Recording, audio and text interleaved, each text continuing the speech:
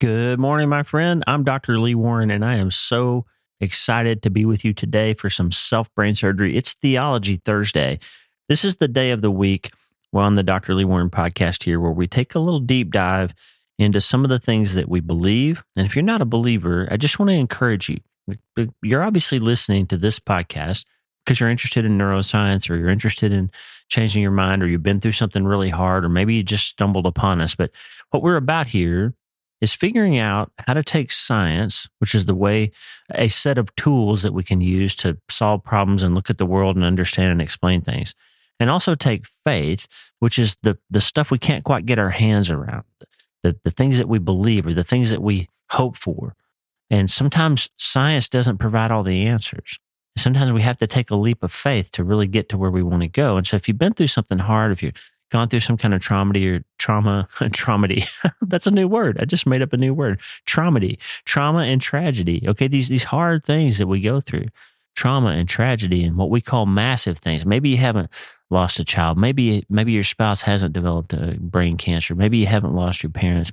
Maybe something devastating on the medical side like that hasn't happened, but maybe you've lost a dream that you've been chasing for a long time. It's just not going to happen. Maybe she said no, or maybe he left. Or maybe it's something less medical and less physical and more emotional, but it's just as real and you're hurting. Or maybe you're like Tom Wright, the theologian, says, maybe you're the least bereaved person you know, but you just feel like there's something more, like the life just quite isn't where you thought it would be. Maybe you're just tired of things feeling so hard. Or maybe things are actually going pretty well for you, but you have this sense that things could even be different or better. There's something missing. There's something that doesn't quite taste right. Well, all those things are in play. And so one day a week, we take a day to look at the spiritual side of things, what we call Theology Thursday. And I'm just going to give you some stuff today about how to multiply the miracles in your life.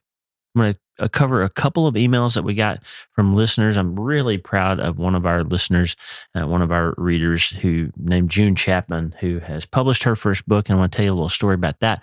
But we're going to get into an email from Gina Berkmeyer, who's an incredible therapist and has also written an incredible book called Generations Deep, which is about breaking these generational traumas and generational curses. We're going to talk a little bit about that. I'm going to tell you a story from John chapter 5. We're going to have a little music from Tommy Walker. And I'm going to give you a little bit of neuroscience as we wrap up this abide practice we've been doing for a couple of months. And we're going to become people who live out the practice of self-brain surgery. As Gina calls it, we're going to become abiders. And we'll talk about what that means in just a minute. But before we do any of that stuff here on Theology Thursday, my friend, I have a question for you. Hey, are you ready to change your life? If the answer is yes, there's only one rule. You have to change your mind first. And my friend, there's a place where the neuroscience of how your mind works smashes together with faith and everything starts to make sense. Are you ready to change your life? Well, this is the place, Self-Brain Surgery School. I'm Dr. Lee Warren, and this is where we go deep into how we're wired, take control of our thinking, and find real hope. This is where we learn to become healthier, feel better, and be happier. This is where we leave the past behind and transform our minds. This is where we start today. Are you ready? This is your podcast. This is your place. This is your time, my friend. Let's get after it.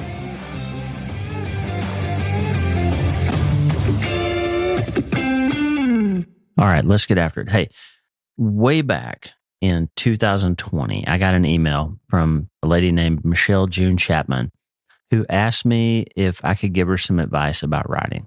Now, let me just say this very clearly. The podcast and the newsletter have grown so much that I get this email probably once a month, and I always reply with pretty much the same advice about how I started writing and the experience that I had as a writer. But I need to make it clear, a couple of things. Number one, I don't have time to read your 100,000 word manuscript that you send to me and ask if I can read it and help you get it published. Okay. I'm full-time practicing neurosurgeon. I've got kids, grandkids, a wife, a podcast that keeps me busy. I'm writing a new book, all that stuff. So please don't mail me your book or ask me to read your book because it's hard for me to say no to people, but I will say no to that because I don't have time and I'm not an editor and I'm not an agent. So I can't get your book published for you. But here's what I frequently do for people. When somebody writes in, like Michelle did back in August of 2020, and says, hey, I just want some advice on how to get started. I think I have some ideas that need to become a book. It's really, a process that's on my heart, and I've been praying about it, and I love your work, and maybe you could give me some advice. I have a set of advice that I give people, and I get that email frequently, and I send the same email out to people, and I'm going to turn that into a document that'll be one of the things on Substack that you can download, because as the work has grown now, I don't have, I'm starting to be unable to reply personally to every email that we get. So rather than you emailing me and asking me for that, the reply is going to be a link to a document that we put on Substack that's the same advice I give everybody, including Michelle. And here's why that's valuable. Okay. It's not because I don't want to individually help people anymore. I do. I really do. But I just can't. And you understand that, because I got to do this and bring you this work, and I got to go operate on people. Okay. But Michelle wrote in August of 2017, asked me for that advice. I wrote back the next day, gave her the advice I give to everybody, and said, here's how I did it. Here's what I do. Here's the pathway and the process that I work. And a long time later, so that was August of 2020. And in October of 2023, I got an email from her saying, hey, thanks for all your advice. I followed it. I did it. I worked hard. I wrote the book. I got it edited. I did the thing. It's getting published by David C. Cook. And that's the first time I've heard from somebody who said, hey, I followed your advice, and I actually got a book contract, and I got my book published, and it really helped. Would you be willing to endorse it? I've been honored now, so incredibly honored, when somebody gets a book published and they ask for your endorsement. And so I read her book, and it's beautiful. It's called Peace in the Waiting: When You Love People Who Don't Love God. And it's a story of a dear friend of hers that's not a believer, and her relationship with that person, and how she's praying for her and trying to bring her to the Lord. And it's really the first time I've ever seen a book on that topic. Like, how do you love somebody and try to steward them into a relationship with the Lord? And what do you do over time, and how do you do that? And how do you live that life of waiting for God to reach out to somebody? It's just a beautiful book. She's done a great job. David C. Cook published it this last month. It's just out. June Chapman lives in Washington, D.C. And I'm so proud of her.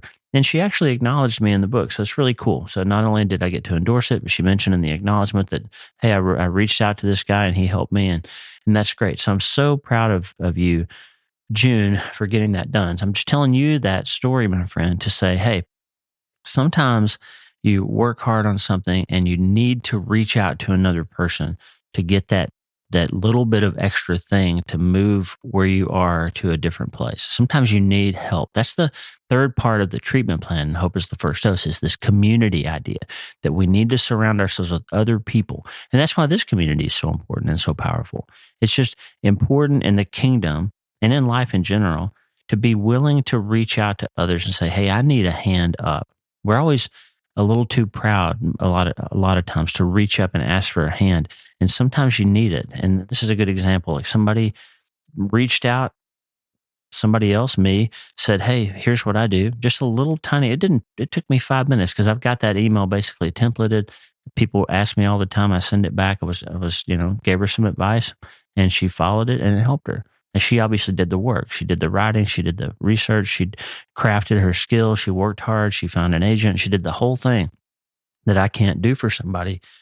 And my help for her was just a tiny little part that gave her enough confidence to move forward. And I'm so proud of that. And I just wanted you to hear that story, to say, you know what? Sometimes you really do need a hand from somebody else, but you really can do something extraordinary. You can. You don't have to be stuck in the label or the spot that you think you're stuck in. You can actually get this done. You can do something remarkable.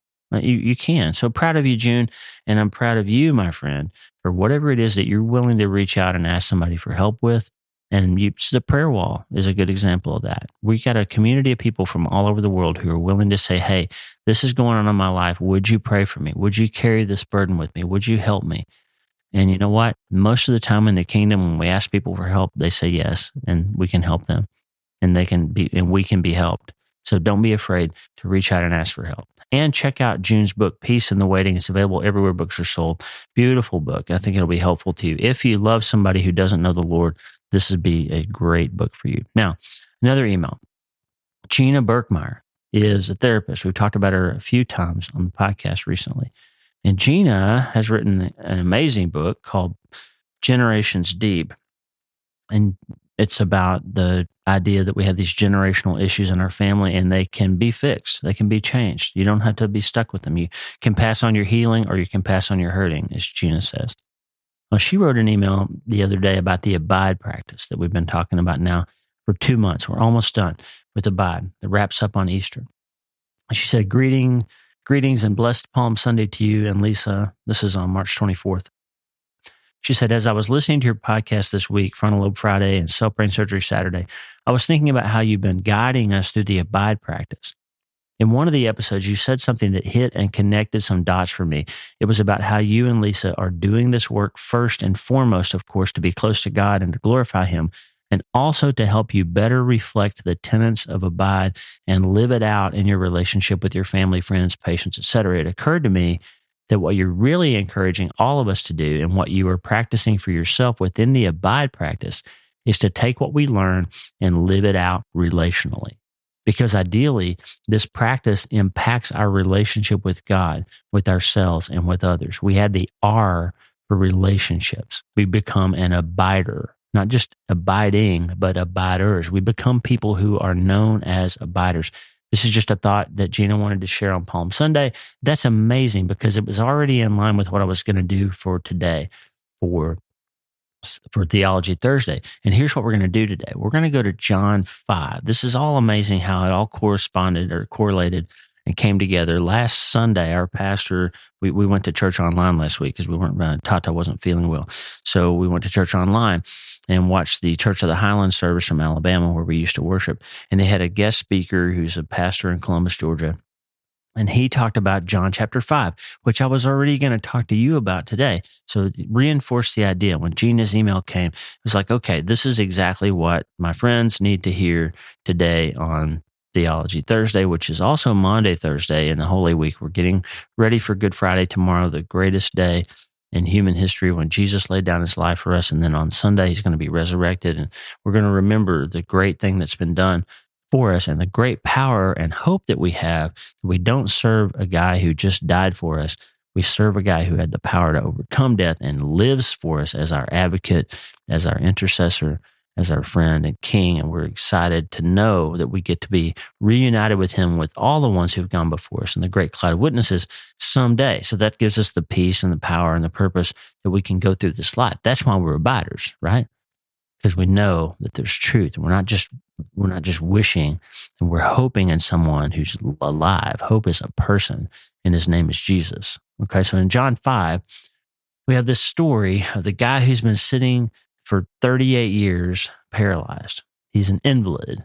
It says, sometime later, Jesus went up to Jerusalem for one of the Jewish festivals. Now, there is in Jerusalem near the sheep gate a pool, which is in Aramaic called Bethesda, and which is surrounded by 5 covered colonnades. Here a great number of disabled people used to lie, the blind, the lame, the paralyzed. One who was there had been an invalid for 38 years. When Jesus saw him lying there and learned that he had been in this condition for a long time, he asked him, "Do you want to get well?" "Sir," the invalid replied, "I have no one to help me into the pool when the water is stirred. While I'm trying to get in, someone else goes down ahead of me." And Jesus said to him, "Get up, pick up your mat, and walk." At once the man was cured. He picked up his mat and walked.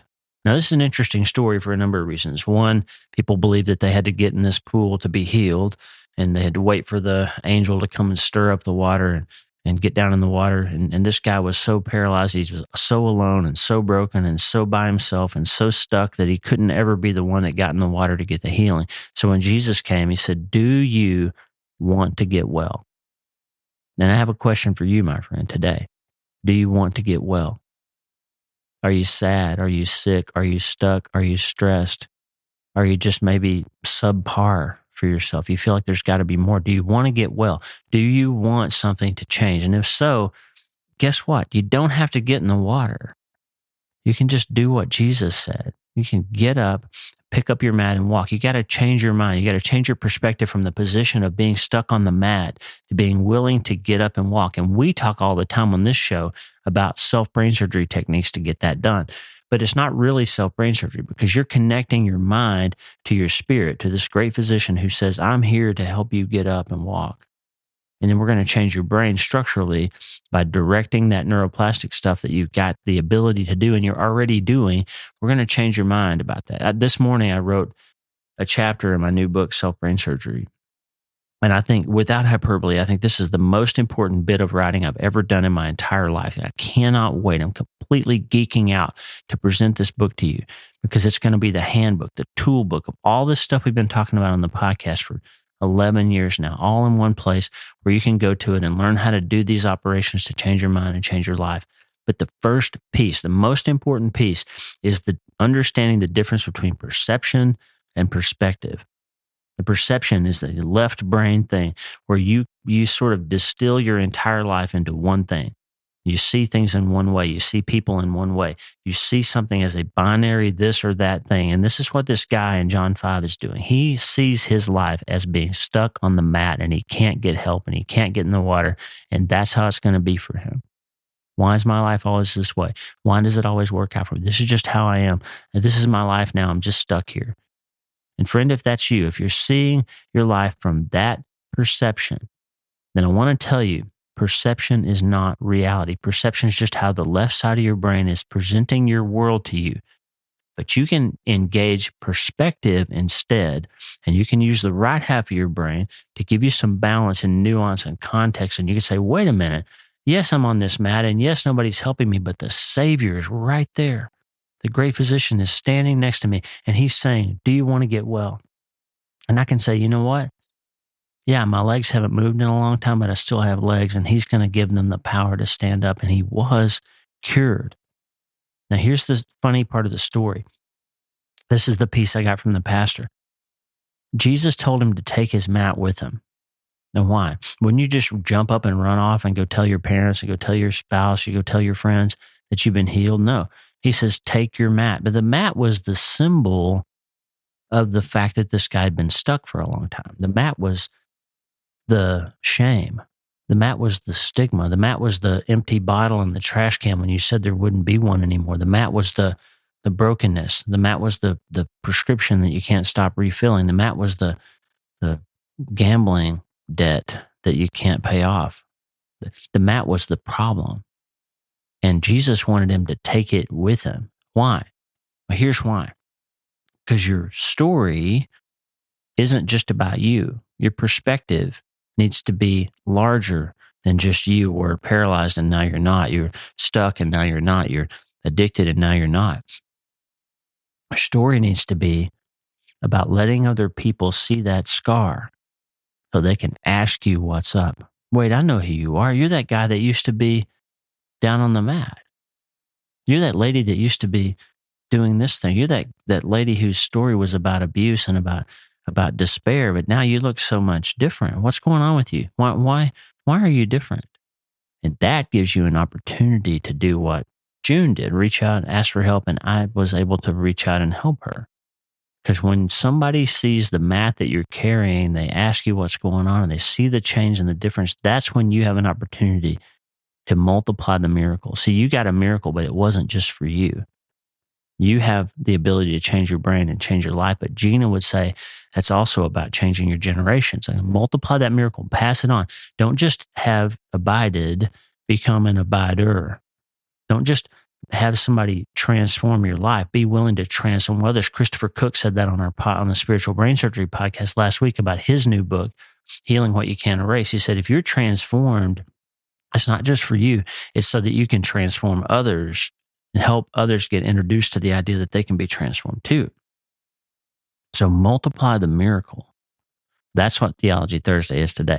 Tommy Walker did a song, Get Up, all about this. And you should watch the video. I'll put a link in the show notes. The video is just, I cry every time I watch it because it's not just about getting up off the mat. It's about multiplying that miracle and about what happens after Jesus says, do you want to get well?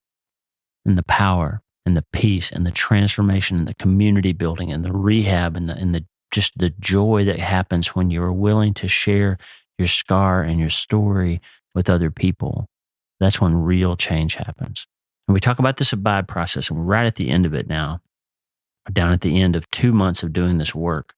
And we started with the first contemplation, with this idea of thinking about getting to know him in a different way, to calm down that language center on our left side and let him communicate with us with that perception and 3D kind of nuanced right half of our brain. And we said, let's approach him and let's breathe and invite him into the experience and depend on him and to experience him in a new way. And then we moved from contemplation to operation, and we start the abide practice of operating, to say, assess the situation and believe that it can be different. And that's where we are here in John 5. You have to believe that you can get up before you can actually get up. And then we have to make an incision. We have to get after it. We have to stand up on those wobbly legs and do something new. And then we have to deepen that exposure, like I did in the operating room all day yesterday. You go deeper, you press in, you're willing to pick up the mat, you're willing to share that story and walk around in those new legs and let other people see it. And then you expect a good outcome.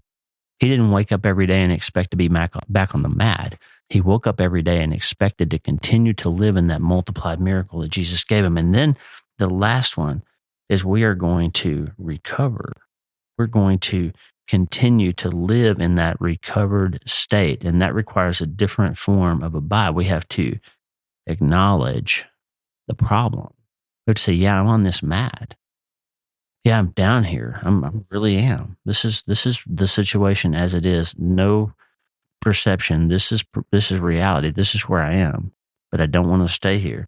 And then we have to be willing to bleed a little bit, like to just, let's sit with it for a minute. Name that trauma, be trauma informed to yourself, but don't be trauma focused. Don't say, I'm just going to sit here and bleed to death. Don't say that. Sign an informed consent and say, okay, I'm going to get up and it's going to hurt. Because guess what? Those legs that have been paralyzed for 38 years, they probably didn't feel very good when he started using them. Those muscles probably had a lot of atrophy, and it took some time for him to get strong again. I don't know if Jesus gave him brand new legs like a sprinter, or if he just empowered him to move and let him experience the healing on a day-to-day basis. But he had to sign an informed consent and say, I know I'm going to be stigmatized. The Pharisees are going to give me a hard time. I'm going to have to deal with some repercussions of this miracle, but I'm going to step forward into it because I want the outcome that you're promising. And we're going to decide on a direction, and we're going to take it and move forward. And that's going to require us to excise, to make an incision and cut the cord with the past. That guy didn't start going back to the pool every day and sitting there and dipping his toes in, hoping for another miracle. He moved on with his life, and he left that thing behind. He burned the boats, he pressed in, and had a new life, because he was not just somebody who was once cured and now he's sick again. He was an abider. I guarantee you that changed his focus and his direction for the rest of his life, because he could move his legs now. He didn't go sit back by the pool. He became an abider. He multiplied the miracle. He was willing to pick up his mat and walk. And you hear me play this song at the end of every episode. The music that you hear as we go out is Tommy Walker's song, Get Up, because I want you to remember that you can get up. And when Jesus says, do you want to get well? The only question that matters is, are you willing to change your mind so you can change your life? And my friend, are you willing to start today?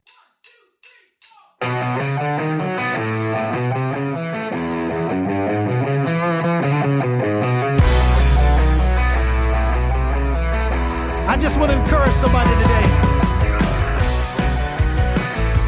If you know that God has been good to you, you ought to put a smile on your face. God is telling somebody right now, get up out of that situation. Listen, get up, pick up your mat and walk. Get up, now is the time to move on. Get up, healer, he is now come. Get up, you can get up. Rise up, shout out your victory song. Rise up, now is the time to move on. All the gone, all the wrong that's been done. Get up, you can get up. Rise up, you can rise up. The past is left behind. Your new life has begun. Your brokenness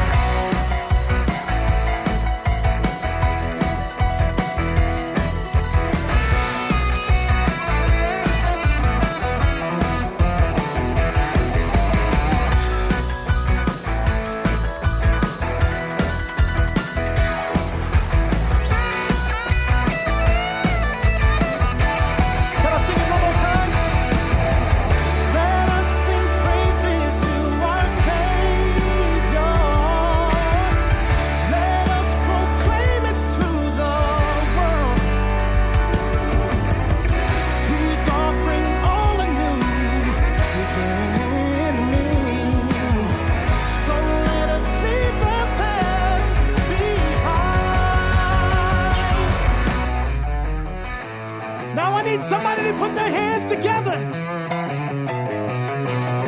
Now by now, I think you know what we're talking about. So I need you to sing this little part with me. Say, get up, get up, get up. You can get up. Rise up, rise up, rise up. You can rise up. Now sing along with us. Get up, get up, get up. You can get up. A little bit louder, please. Rise up, rise up, rise up. You can rise up.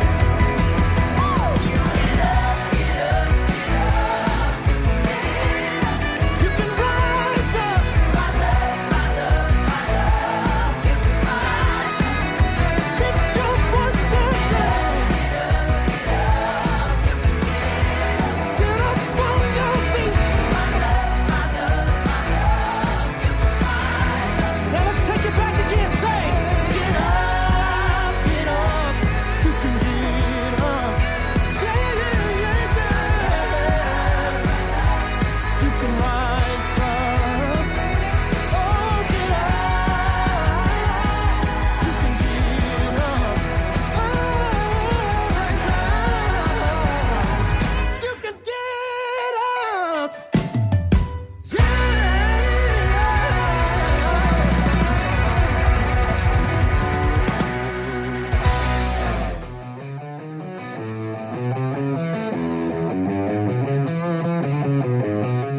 Hey, thanks for listening. The Dr. Lee Warren podcast is brought to you by my brand new book, Hope is the First Dose. It's a treatment plan for recovering from trauma, tragedy, and other massive things. It's available everywhere books are sold, and I narrated the audiobooks. Hey, the theme music for the show is Get Up by my friend Tommy Walker, available for free at TommyWalkerMinistries.org. They are supplying worship resources for worshipers all over the world to worship the Most High God. And if you're interested in learning more, check out TommyWalkerMinistries.org. If you need prayer, go to the prayer wall at wleewarrenmd.com/prayer, wleewarrenmd.com/prayer, and go to my website and sign up for the newsletter, Self-Brain Surgery, every Sunday since 2014, helping people in all 50 states and 60-plus countries around the world. I'm Dr. Lee Warren, and I'll talk to you soon. Remember, friend, you can't change your life until you change your mind. And the good news is you can start today.